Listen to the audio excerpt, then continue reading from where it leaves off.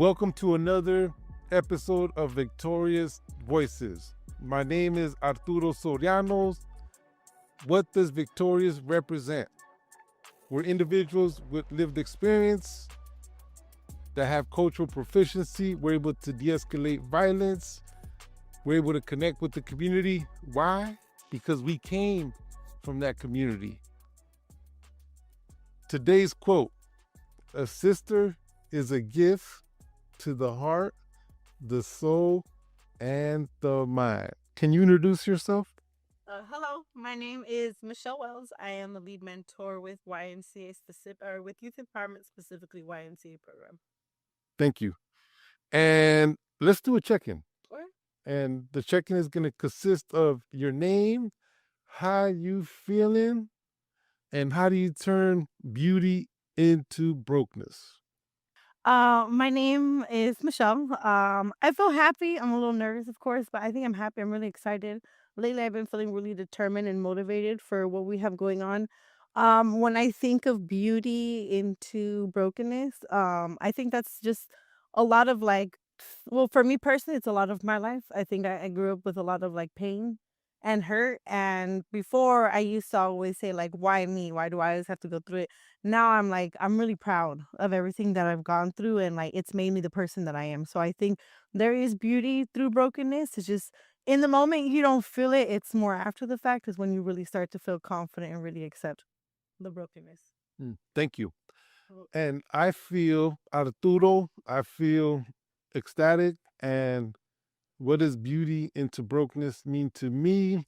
It means individuals that have been broken in different ways, broken through different types of trauma, healing from that and starting their process to then bring the beauty out of that brokenness. yeah, I agree. So tell me a little bit about Michelle. Who is Michelle? Can I get a little background on who Michelle is?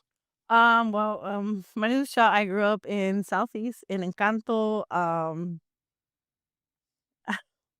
I don't know what else to say. I just a little bit about your life. Did you have a mama? Oh, okay. So I grew up in Encano, Southeast San Diego. I did grow up with mom and dad. I grew up with my twin sister. However, I did have two older siblings, which is Arthur as well as Shiloh. My older sister, I didn't grow up with my older siblings until later. Sadly, I did lose my sister to drug abuse, and then, well, I didn't have my brother for many years in my life until recent. I went through a lot of pain, like I had said earlier. I fell into drugs and alcohol at a very young age. It took me a long time to get out of it. And now I love to give back and let the youth know that, like, hey, you have one adult that really likes to be here for you and listen to you, because I know that was one thing that I always struggled with. Excellent. So we have something in common here. That's my sister. That's why I gave out that beautiful quote. Thank you. Get a pat on the back for that one. It's baby sister to be A baby sister, and so we have something in common. Like Yeah. we have the same mother, different dads, but I love their biological just like my dad, which his name is Eddie Wells. Yes. Yes, and so we miss him. Yeah, yeah, he's no longer with us. 2 years. Yeah, yeah. So we miss him, and um, I remember going into Arizona Boys Ranch on a YA alternative when I was a juvenile, and you guys did come visit me, Hmm. but the way you came to visit me is because my mother was pregnant. Yeah. She was pregnant, and so, and I remember twins. It was the conversation. I'm gonna have twins, and then I re-entered back into the community, and then I ended up doing the case, was charged for attempted murder, and then I went away for 14 years. Yeah. So yeah, we basically grew up together in the system. Yeah, we did. We went every single Saturday to go visit you. And everywhere. We went to Central, we went to freaking Pelican Bay in Oregon. I remember Calipat. We went all over. We went every Saturday. It was a normal routine. I mean, I remember being so little, and then the night before, my dad would set up the back seat with like blankets and pillows, and my dad would literally carry us into the car and be like 4 3 in the morning, depending where we had to drive through, and then we'd start our journey. And I remember one of the stories from mom was Oh. the car that was being driven to get to that. Yes, El Centro. So we had to go through the mountains. It was a beat up car. I think it was red, and there's like these wells when you go up the hill, and we'd have to literally stop at every single well. And we had like a gang of water bottles and like Gatorade bottles and like orange juice bottles, like a bunch of empty water bottles pretty much. And we'd have to stop at every well, and we'd have to open up the hood, but we'd always be careful so the steam wouldn't hit our face, and we'd always have to fill it up with water. And I remember one time specifically, it was super windy. The car was, like, super beat up, and it literally started, like, lifting up the car one time, and we were, like, panicking, and Rachel and I, we were, like, jumping on the other side trying to get the car to go down, and it was just, like it was always an interesting ride up. Like, it was always interesting because the car was so old, and so going through Ascento, going through those mountains, I mean, especially at that time, it was more like a game to us, I guess you could say. My mom did not think it was a game, but I specifically remember with every well we'd go through, we'd have to fill them up with water and keep the car cool because it kept overheating. It was broken. Yeah, when you're talking about overheating, you're talking about when I was in Calapat, Sanella, Yeah, and I remember on the yards, it used to get up to like 120 degrees. Like, yeah. It woo, was no joke. no joke. It's the desert, and so I remember you guys coming into the visiting room. My mom, and my twin sisters. So this is Michelle, but she has another sister. Her name is Rachel. So they would both come, always dressing identical, and you always seemed the one like that had the most hyperactivity, and Rachel was like the one always mean mugging and serious. And so that's the difference between both of you guys' personality. Yeah. Now, so what you're saying is that you looked at it more as a game coming up because you were a young kid, right? Yes. I mean, it was just it was so normal, like, "We're gonna go see him." "Okay, well, don't forget we have to get the water bottles," like, it was a system we knew, but, being so little, we were, like, 7, 8, 9, so, like, at that age, everything's a game. Yeah. So, like, it was scary, like, going up there, like, making sure, like, we wouldn't, like, burn ourselves because 'cause we'd have to open up the hood, but in all, like, I had it was fun. It was, like, fun to us because we try to see, like Rach and I would try to see how many water bottles we could fit up, like, who could fill up the most water bottles and fill it, or, like, we'd take turns depending on the well if we were tired. But it was fun. I mean, I guess it was fun. So it was more of a norm. It was completely normal, yeah, it was just like, every Saturday morning, like, we knew what we were doing, so there was no, like, sleepovers on Friday nights, there was no company over on Friday nights, like, we had a system, so we had to go to bed early, and it was like I literally remember my dad even picking us up and laying us down in our car. I mean, my mom used to just make us sleep in our clothes because we get up so early. Yeah. And so like growing up in the visiting rooms, like when you start getting older, did you even like have my brothers locked up or you couldn't comprehend it or was it more of a norm? Like what were you thinking? What was going through your mind? Um, so I it was normal to me. It was like I was going to my brother's house. That's what literally what it felt like. So it was normal. I mean, like I said, it was a system. I didn't realize, like I knew you were locked up, but like I didn't realize how bad it was until I think I was like 9 or 10. I can't remember where you were at, but like it was the guards would like come up to us and be like, "Oh, who are you here looking for?" And we would say Arturo Soriano, and then we'd say your the number, J41523. J415. Yeah, I said, that's just how we did it, yeah. It's a number that I'll never forget either. And, I didn't even know you knew that number. oh, no, of But course. I mean, I knew that number by heart, he's like a social security number. like, yeah, that's how I feel, like, it's like a birthday. I didn't even know that. No, like, we knew it, but it was, one time in particular, there was, like, the guards, and the moment they found out we visited you, they just gave us, like, hell. I mean, there was, like so if you've never been to, prison to go visit somebody, you have to dress a certain way. If they don't like how you dress, they send you back to the trailer, and they have, like, a bunch of clothes. So they were like I mean, that particular day, they sent us, like, 3, 4 different times to go change. I'm like, "Dude, I literally have your clothes." Like, there's no reason why Rachel and I have to keep going back. And then finally one of the guards was like, "I hope he never sees the light of day. We hope he rots in here." And I was just like we started getting upset. My mom was getting emotional. So my sister and I, being a little temperamental that we are, we kind of started going at it. And then that's when we really started to sink in like, wait a second, like, is he really as bad as they say they are? And so after that, it was like every time like a cop had like some like smart ass remark or like would make some type of face every time we'd go visit you. And so it wasn't until I got a bit older that I realized like, oh, wait a second, like maybe my brother isn't like he isn't who I think he is. Cause to me, you were always like very caring every time I saw you, you were always excited. So it was different. So when the guards would give us like nasty remarks, it was just like it like took me out of place because I didn't understand. Cause like I said earlier, it was like going to my brother's house. And I admit I was no saint while I was in prison. Right. You know, I was all the things that you could think possible of being involved in politics and gang leadership, and eventually um, being a threat to the general population, putting me in at segs and shoe terms, and Oh yeah. you know that was my life. And so I start in the prisons down south, and then I start going to the prisons in up north. And so that now, like, it couldn't be a every Saturday thing, It right? wasn't. Yeah, it wasn't. I Yeah, it wasn't like because the distance and everything, and that little car wouldn't make it all the way over there, right? Barely made it the 2, 3 hours. That's good. Imagine going to Oregon, that'd be a disaster. But I remember we didn't. I remember that too when we went to Pelican Bay. So when he left for Pelican Bay, we stopped seeing him. It was literally just letters, care packages, and phone calls. But even then, like writing letters sometimes it gets hard because you get so busy. And I remember one day in specific, my parents asked, "Well, what do you guys want for your birthday?" And immediately, without my twin and I thinking, we're like, "We want to go see Arthur." And so I think we was for our 14th birthday that we made the trip, and we literally had to fly out to Crescent City, stay the night at my dad's friend's house, and then from there we made the drive out to where you were at.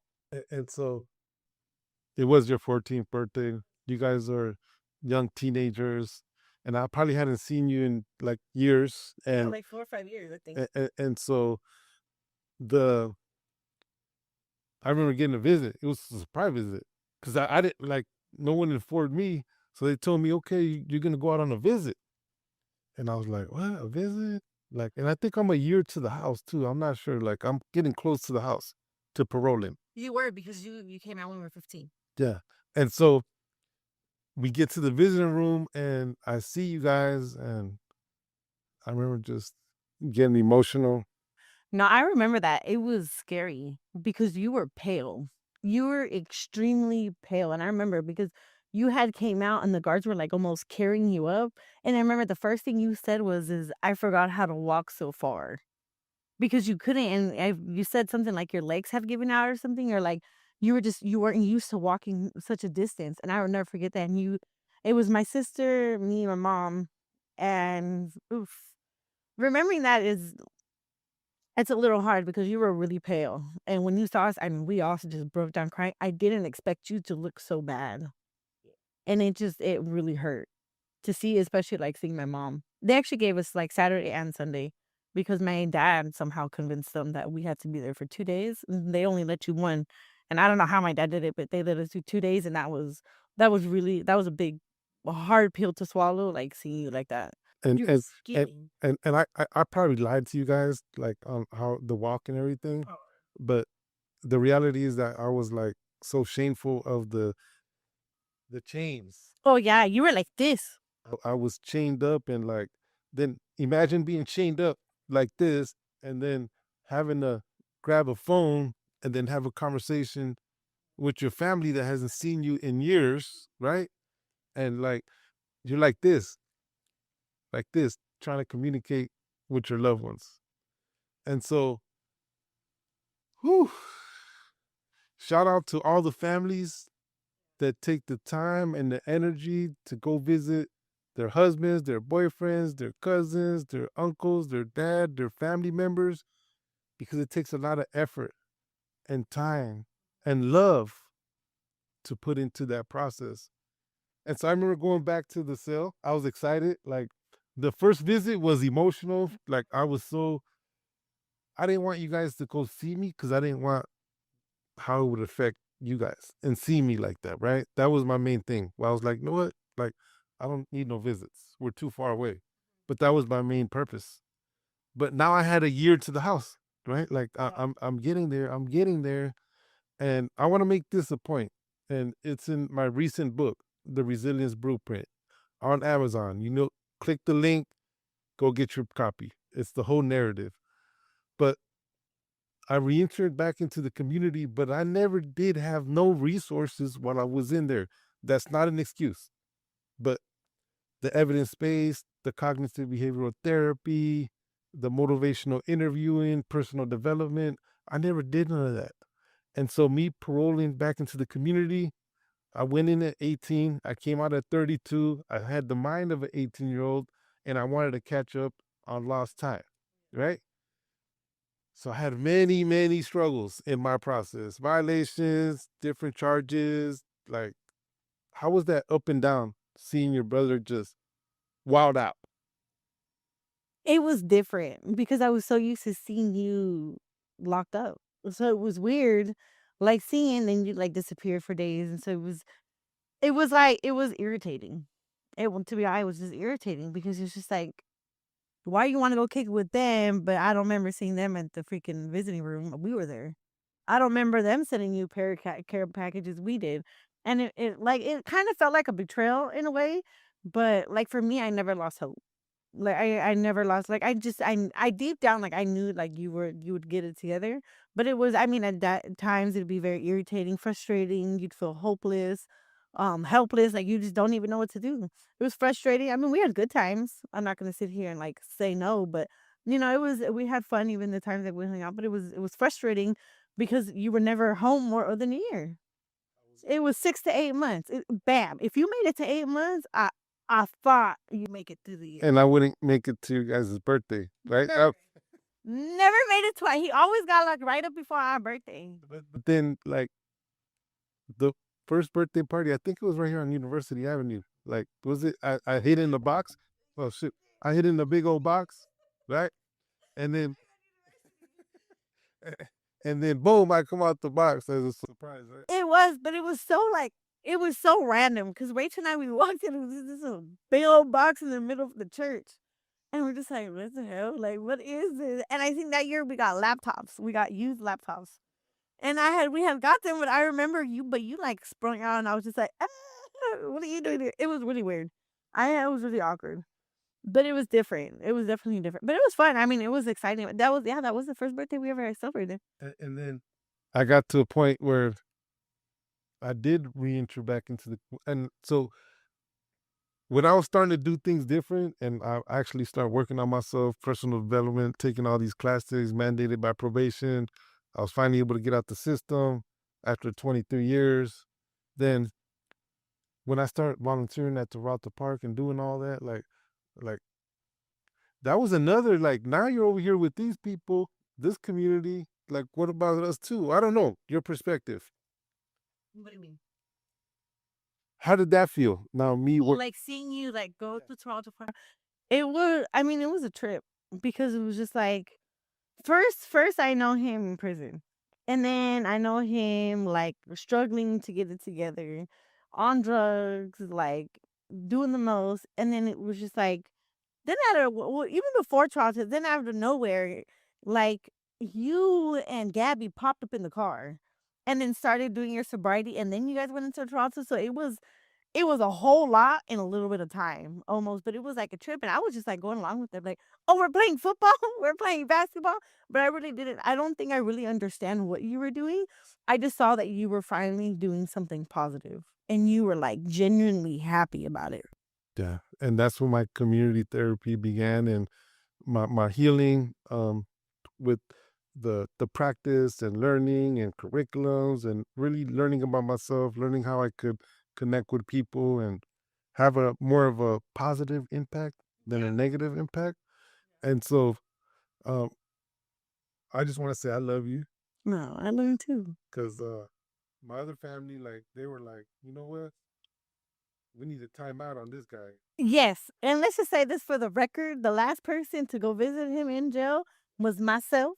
Everybody had given up. My mom gave up on him, Rachel gave up on him, my dad gave up on him, everybody gave up on him, and I was like, "Nope, I was going," and everybody's like, "I don't know why you're wasting your time," and I'm like, "That's my brother, like, I don't care, I'm going, like, I love my brother, I am going," and I remember when I went and you saw me by myself, you said, "Where's my mom?" And I said, "She's done." she's tired.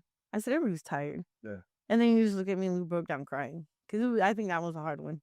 But let's just let it be straight. I was the last one there, baby sister. Yeah. And you know what? I mean, Gabby couldn't even visit me because we were crying me, so she couldn't visit me. But You know? parole officer put a hold on her. I couldn't connect with her. Like she couldn't visit me in prison. But that's the time where like we really were able to communicate us and like write each other and what we wanted. And we wanted that house with the 3 bedrooms with the big backyard and a couple dogs. And guess what? When you start working on yourself and you start seeing the vision and putting it in motion, things happen. Yeah. Yeah, it's I mean, even till this day, just because I think we've only had like what, 7 birthdays together or something like that. Like our life, our new life together is I'm going on 10. I'm over a decade. ready. I don't even remember. Over a decade. I don't know. I feel like you should celebrate me more. But like it's just it's even till this day, like even Rachel and I sometimes will go into like your house and we'll leave and I'm like, dude, isn't it a fucking trip? Like, I'm sorry, my bad. I was like, isn't it a trip? Like and I was like, I never thought you'd come this far. Like I knew you'd change, but like even till this day, Rachel and I will leave like your house and we'll be like, isn't it a trip? And then we're like, yeah, dude, like I can't believe like you're here. Like I like even like I mean we even said this, I think, a few days before Kata's birthday. We were even talking about like it's a trip till this day that you're like I could not even imagine going to see you in prison anymore. Like it's a whole different norm now. It's a whole different norm and like want to dismantle that generational pipeline with our families and my kids and the little ones. And to this day, they don't even know. They still don't know. They hear this book and the resilience blueprint, and I take them to Alcatraz, right? To go, and then they're all fascinated about Alcatraz, and they meet somebody that did time on that. They get a signed book, and I'm telling that guy from Alcatraz because he's about like 90 years old, still living, right?